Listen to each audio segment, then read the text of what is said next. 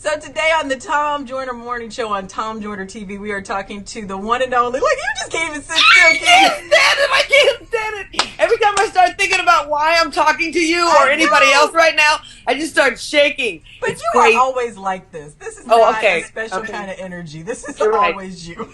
You're right. We're talking to Siedah Garrett, who is, got a nomination for an Oscar. Is it 2? This is my second nomination. Oh, no, I know this is your second, but you have one in this year's. Yes, Oscars. yes. But no, I know we know all about Michael. We know all about that. Okay. No. This is my second Oscar nomination. For, what was the first one for?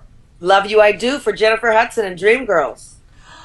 Oh, you know what? I'm getting confused. That's all right. I won the Grammy for Jennifer Hudson's song. I'm sorry. I'm getting confused. Okay. All right. So Don't get it twisted, Nikki Woods. I'm not taking a thing away from you, child.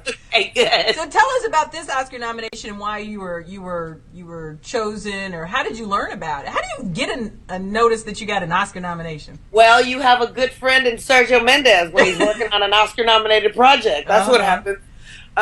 My dear friend and mentor of 20-plus years, Sergio Mendes, was working on this film in Portuguese for a couple years, and then towards the end of the film, I guess Fox realized that they couldn't put out a soundtrack in Portuguese, so they tried literal translations, which never work. Yeah. And so Sergio invited me to participate. He said, "Well, I know somebody that could help us do this. Let's call my friend Siedah Garrett." So I went in, and they gave me a track, and I went home and wrote some lyrics to the track, and I thought the next day that I was going to come into the studio and sing my idea to the music composer, John Powell. Right.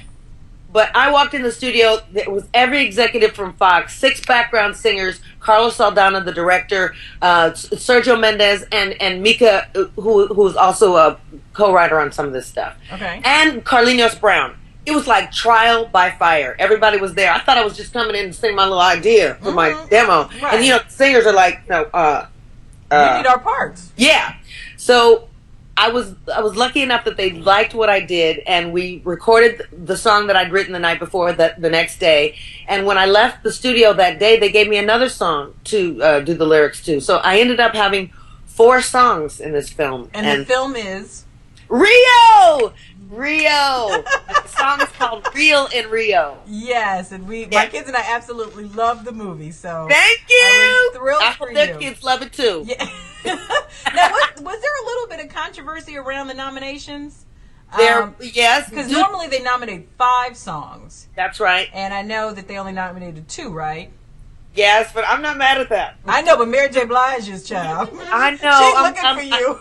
I feel for that, but the rules are such that, and I think they're going to change them because of this. But every song had to have a certain percentage of votes, and the highest 2 are the ones that were chosen. I guess the other ones, there weren't enough votes for the other ones to qualify. That's my understanding. And that narrows it down a lot. Narrows it down a lot. Where do you get your ideas for songs for movies? I mean, did you get to see the movie, or they just kind of told you the concept? How did you do that? And the movie it's an animated film, so I was literally looking at like storyboards and stick figures and stuff like that. But they already know what they want, and as in that's been the concept for every writer that writes for film and television. They have an idea. Your music is like a third actor in the scene. So they're always very specific about what it is they want from the song and from the writer of the song to deliver. So it's my job as a songwriter to deliver. I don't care what it is he wants. I'm going to give the man what he wants in order to facilitate the project, and in order for him to want to call me again for the next film. Right.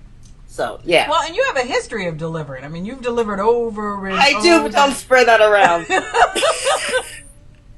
I think that's written on a bathroom wall somewhere. No, but seriously, I mean, do you know how many songs that you've written for other artists and yourself? Do you have any idea? I've written hundreds of songs, but only Don't say a few. Maybe 60 or 60. 75 or something like that. Right. But you have to write a lot more than get recorded, as you must know. Yes, I've got that part of it. Yeah. So is it easier for you to write for yourself, or is it easier for you to write for somebody else? Or do you just come up with a song and then you try to figure out who it best goes to? What I usually do, if there's in the case of Michael Jackson, in the case of Jennifer Hudson, there's always something very specific. I drop those names, girl. Wait, excuse me, let me bend down. Pick up some names I just dropped. When I write songs for a specific artist, I tend to think about that artist and think about what it is that I want them to say to the world. That's where I start. And so for Michael, what was that message that you wanted? Well, he'd been, every other song that I'd heard from him my whole life was kind of, there was no substance. He didn't really speak about things that were important at that time to me and to the world. It was all about emotions and you know, girlfriends and heartbreak and, you know. So he had such a huge platform and the whole world was listening. So I wanted him to say something that meant something. So I knew he wouldn't want to record it if I, you know, ooh, baby, baby. That, you know, he's already done those songs. So I knew I had to write something important. And I wanted to meet him. And I didn't know how. I didn't know how that was going to be. Right. And, you know, Quincy wasn't about, this is my friend. So, you know, it wasn't like that. So I had to come up with something. I wanted him to want to meet me. And I know that sounds bold and audacious, but that was my mindset. I didn't know how that was going to happen. And really, it's not my job to know how it's going to happen. It's just my job to set the intention. So that's what I did. Yeah, and I don't think it sounds bold. I think it sounds like a fan. Okay. That you were a fan of his work and you wanted him to appreciate yours. No, not bold and audacious. It just sounds like you. Okay. It sounds like you. But you know what? And I don't want to rush through the whole musical thing, but you've got a lot of other stuff going on too.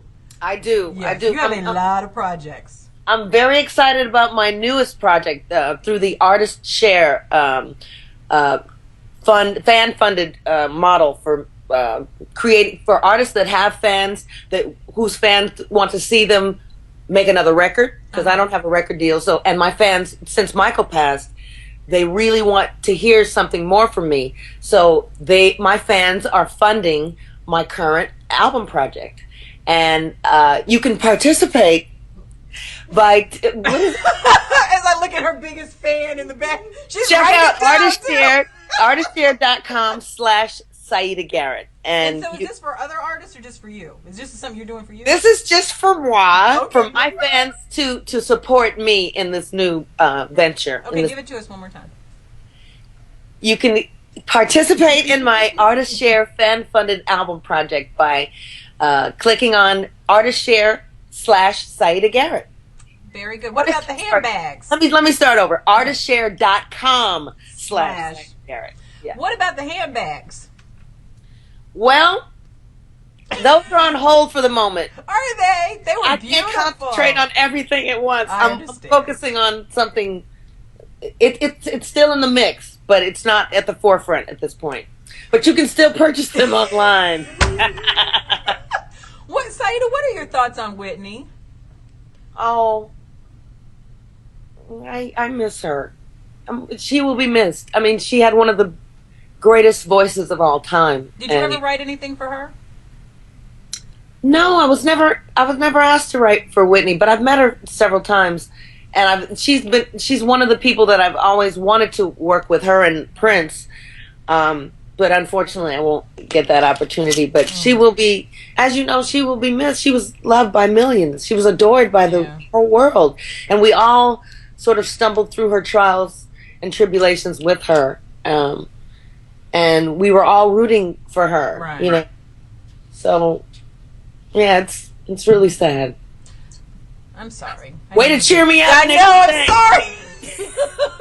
I thought we were coming to a slower moment, so I thought I'd try to get it in before your energy went back up. I'm sorry. It's okay. Do you have a favorite song that you've written? Oh, honey, I'm sorry. That's all right. Do you have a favorite song that you've written? Yes. Which one is that? Man in the Mirror. Because that song has changed so many lives, and it's Yeah. my fans have let me know how that song has changed them and how happy they were when Michael recorded it, and I let them know they can't be happier than me. Right. But yeah, You're gonna make me cry. You better stop. You started it, Nikki. I was fine till you started. I'm I was sorry. good till you brought up Whitney, and don't bring up Michael, okay? Because then it's gonna be a waterfall. No. Okay. No, we're good. Okay. All right. Okay. Siedah, congratulations on your nomination, and we will all be watching, and we are rooting you on. Thank you. I appreciate it. I My manager, who's in my ear over here, wants me to mention my website, Siedah.com. Thank you, Eric. Siedah.com, and there's a link to the artist fund. Absolutely. Okay. All right. Good. And the handbags, Nikki.